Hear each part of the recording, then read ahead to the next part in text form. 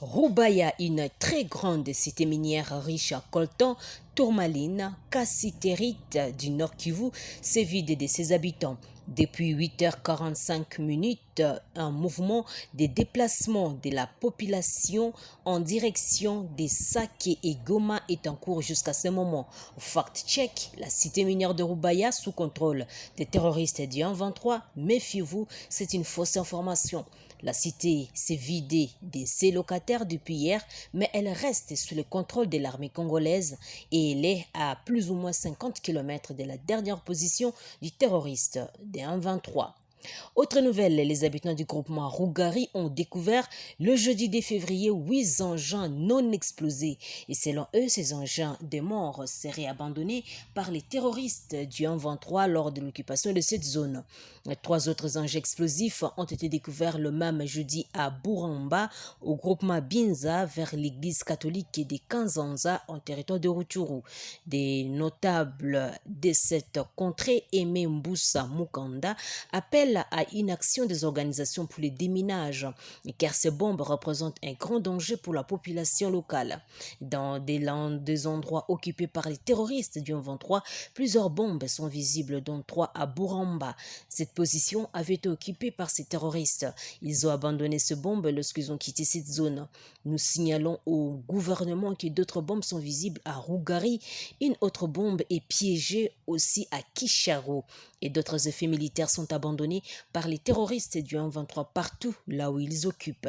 Nous invitons les organisations qui travaillent dans les déminages de venir déminer ces bombes qui sont à Bouramba, puisque la zone des roues Bouramba est occupée par les Maï Maï. Là-bas, il n'y a pas les 1-23. Ils demandent également aux forces de l'EAC de venir procéder au déminage de ces bombes vu que la MONUSCO a quitté la zone. Ces bombes, selon lui, représentent un danger pour la population et des chèvres qui peuvent le faire sauter et causer ainsi des dégâts énormes à la population des Kazanza Bouramba.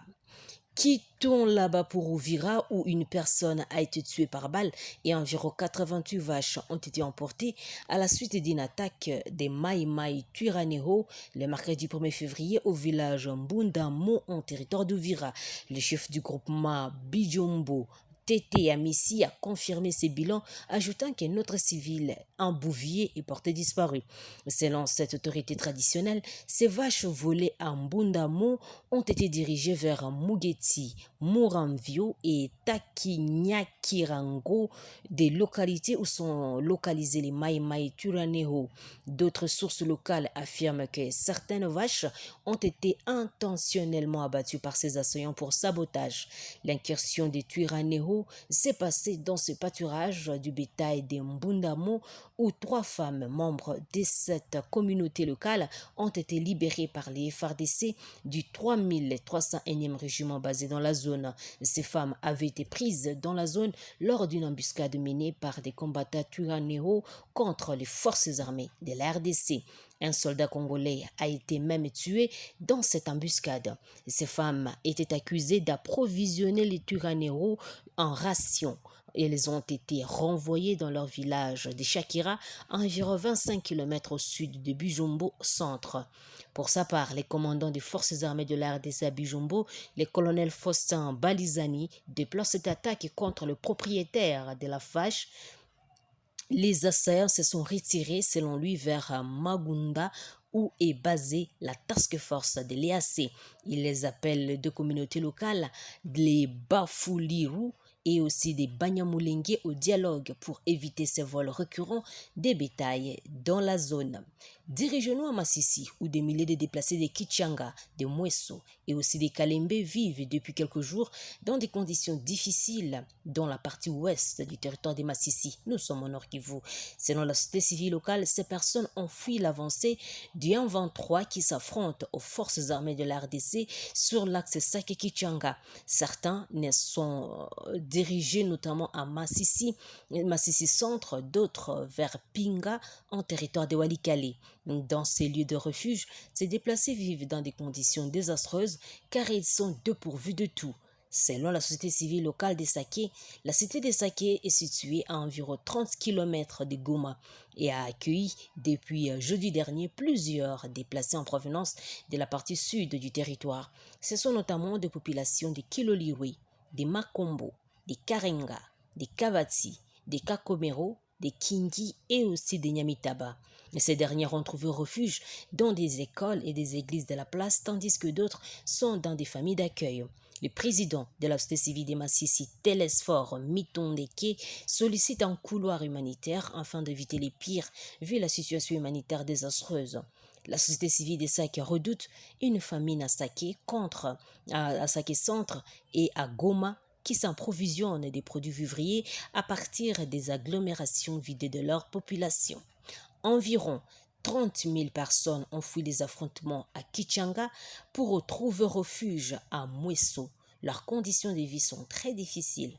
Pas d'eau, pas de nourriture, pas d'abri, ni d'articles de première nécessité. Sur place, nos équipes font face aux afflux de patients.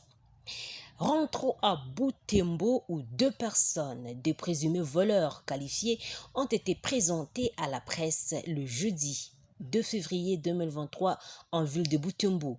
C'est le communicateur de la police nationale congolaise qui a procédé à la présentation de ces présumés bandits en présence du commandant ville, le commissaire supérieur principal Jean-Paul Di Tonton. Et ces derniers ont été arrêtés après avoir opéré dans un domicile où ils venaient de voler une moto. Ils ont mis à la disposition de la justice pour instruction de leur dossier. La moto volée a été restituée à son propriétaire qui a vivement remercié la police pour les efforts fournis dans la sécurité de la ville. Plusieurs inciviques ont été déjà arrêtés par la police nationale congolaise à Butembo. D'autres sont cités dans le banditisme urbain.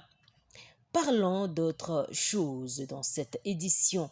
Une réunion extraordinaire des chefs de l'État et des gouvernements sur la situation sécuritaire à l'est de la République démocratique du Congo et les tensions persistantes entre Kinshasa et Kigali va se tenir aujourd'hui samedi 2 février 2023. C'est sur invitation de Évariste Ndayishimiye, qui est le président du Burundi et président en exercice de la Communauté des États d'Afrique de l'Est, l'EAC en sigle.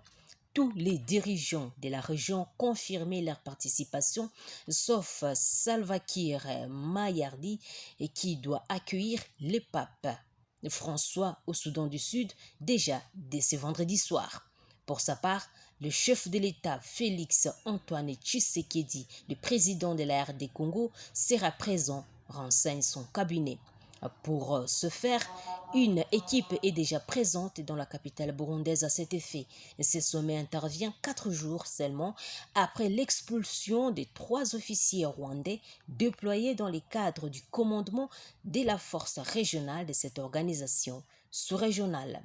Nous sommes arrivés à la fin de notre édition. Nous vous disons merci de nous avoir suivis jusqu'à la fin. Je vous appelle, je vous informe depuis la province de l'Ituri, Bounia. Je m'appelle Santi Chesenga pour Afro Info 243. Merci à vous et aussi restez branchés sur votre chaîne. Au revoir.